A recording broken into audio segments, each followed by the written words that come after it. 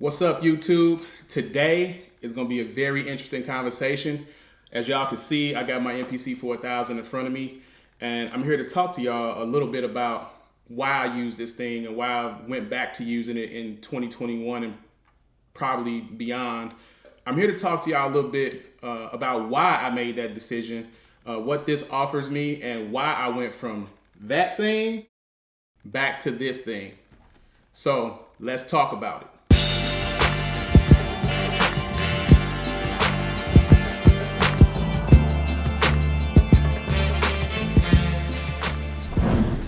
All right, YouTube, before we get into it, it's a couple things you got to do first. Number one, hit that subscribe button. Number two, like this video.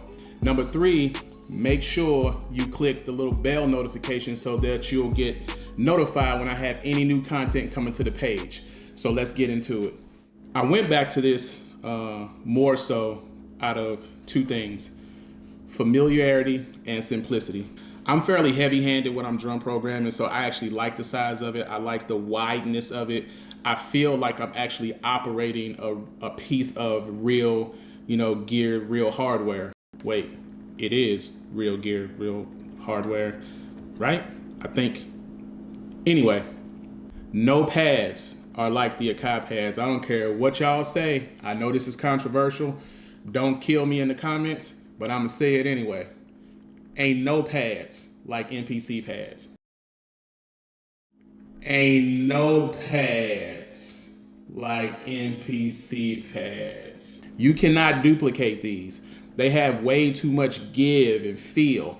All the other pads for the new controllers are very stiff. Unless you have an older MPC, 60, 3000, 2000, 2000 XL, 2500, 4000, you ain't gonna understand what I'm talking about.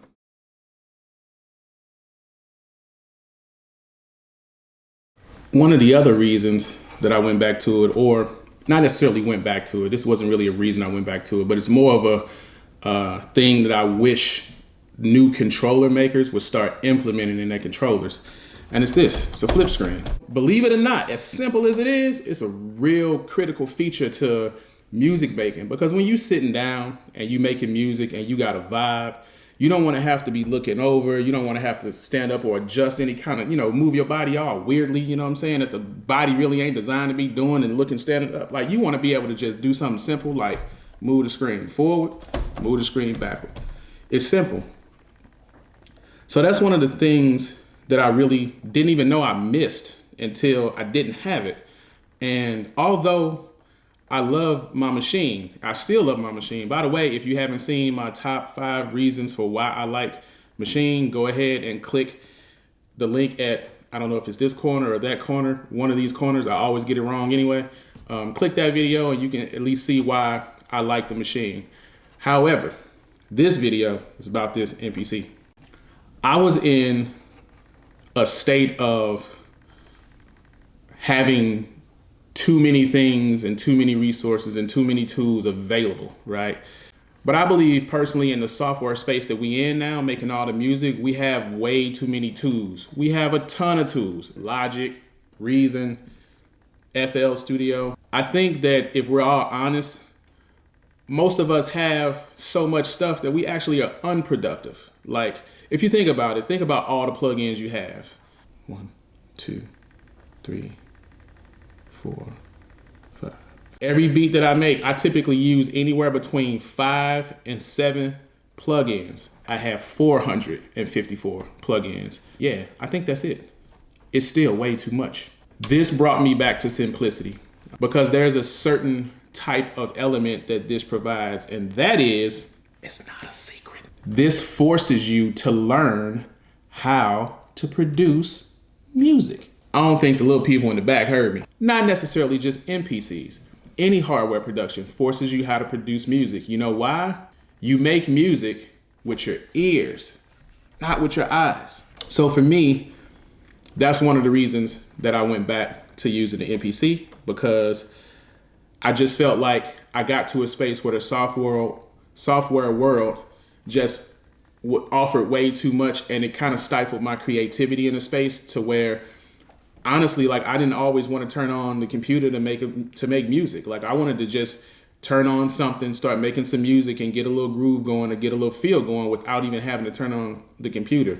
I'm not arguing whether or not I'm getting rid of all, DAW-based stuff and going completely DAW-less. I actually believe the best studio that you probably could have is a hybrid studio. That doesn't mean at some point I won't integrate software with it, like I might use a VST as the sound library. One thing I won't do is use VSTs for strings or brass. It's no duplicating real analog sounding brass and strings. I know there's a ton of software VSTs that you can do layering tricks and all that kind of stuff with. Still don't sound the same. So that's all I got. I just wanted to talk to y'all a little bit about why I switched back to this. Number one, just to recap, simplicity. This allows me to crank out ideas as fast as I can. Not necessarily, that I'm in a race with anybody, but it allows me to lay down my thought processes and my ideas really quickly, along with the outboard gear that I have. 2, I enjoy having the flip screen. 3, it's big, it's wide, it can, withstand, I can punch on this thing all day, it's not gonna break. 4, the pads are super flexible. Again, like I said earlier, no pads are better than these. I don't care what y'all say, argue with y'all self. And then finally, the thing that I like most about this is analogs. Like the way that I have this set up in my studio, I have the 8-out card in the back, I have the digital spittive card in the back, I have the ADAT card in the back as well. So it's fully blown, maxed out with 128 or 512, megabytes of RAM. I got a 250 solid state gig drive in here. I enjoy it. So let me know what y'all think about this video, and I'm willing to talk to y'all, and I don't mind sharing my thought process. Again, I'm not saying hardware is better than software is better than hardware. This is just my opinion of why I like this better versus the Mark III. Not even saying that I'm abandoning the Mark III. I do have a laptop, so when I leave my house, obviously this thing is too heavy to carry. So yes, I still use my Mark III, MK3, Mark III, whatever y'all want to call it. However, in studio, at home, when I'm sitting here in my studio, everything start right here and run through this. So let me know what y'all think, and I'll see y'all in the next video. Holla back.